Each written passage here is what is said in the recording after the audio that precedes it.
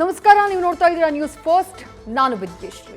ಈ ಕ್ಷಣದ ಪ್ರಮುಖ ಸುದ್ದಿಗಳಿಂದ ನೋಡ್ತಾ ಹೋಗೋಣ. ಅದಕ್ಕೂ ಮೊದಲು ಹೆಡ್ಲೈನ್ಸ್.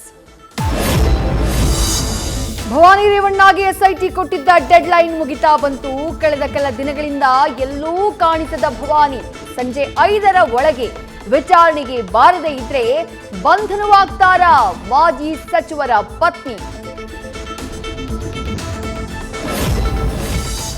ಮಾನಹಾನಿ ಕೇಸ್ ದಾಖಲಿಸ್ತಾರಾ ಪ್ರಜ್ವಲ್ ರೇವಣ್ಣ. ತನ್ನನ್ನ ಅತ್ಯಾಚಾರಿ ಅಂತ ಬಿಂಬಿಸಿ ತನ್ನ ಮಾನಕ್ಕೆ ಕುಂದುಂಟು ಮಾಡಿದ್ದಾರೆ ಅಂತ ಕೇಸ್ ಹಾಕೋಕೆ ತಯಾರಿ. ಈ ಬಗ್ಗೆ ವಕೀಲರ ಜೊತೆ ಚರ್ಚಿಸಿರುವ ಪ್ರಜ್ವಲ್. ವಾಲ್ಮೀಕಿ ಅಭಿವೃದ್ಧಿ ನಿಗಮದ ಬ್ರಹ್ಮಾಂಡ ಭ್ರಷ್ಟಾಚಾರ ಬಯಲು. ಹೈದರಾಬಾದ್ನ ಕಂಪನಿಗಳಿಗೆ ಬ್ಯಾಂಕ್ನಿಂದ ಹಣ ವರ್ಗಾವಣೆ. ಖಾಸಗಿ ಖಾತೆಗೆ ಹಣ ವರ್ಗಾವಣೆಗೆ ಸೂಚಿಸಿದ್ದೇ ವಾಲ್ಮೀಕಿ ನಿಗಮ. ನಮ್ಮ ತಂದೆ ಕಚೇರಿಯಲ್ಲಿ ಆಗಿದ್ದೇನೆಂಬ ನಿಜ ನಮಗೆ ಗೊತ್ತಾಗಬೇಕು.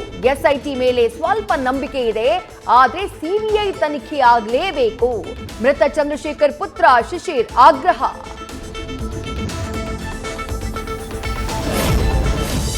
ಯಾವ ಇಲಾಖೆಗೆ ಬೇಕಾದ್ರೂ ಹಣ ವರ್ಗಾಯಿಸೋಕೆ ಮೌಖಿಕ ಸೂಚನೆ ಕೊಟ್ಟಿದ್ದಾರಾ? ಇದರ ಪಾಲು ರಾಹುಲ್ ಸೋನಿಯಾ ಗಾಂಧಿಗೂ ಹೋಗಿದೆ.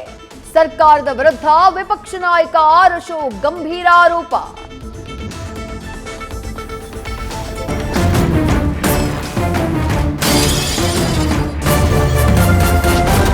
ನ್ಯೂಸ್ ಫಸ್ಟ್ ನಿರ್ಭೀತಿಯಿಂದ ನಿಮ್ಮ ಪರವಾಗಿ.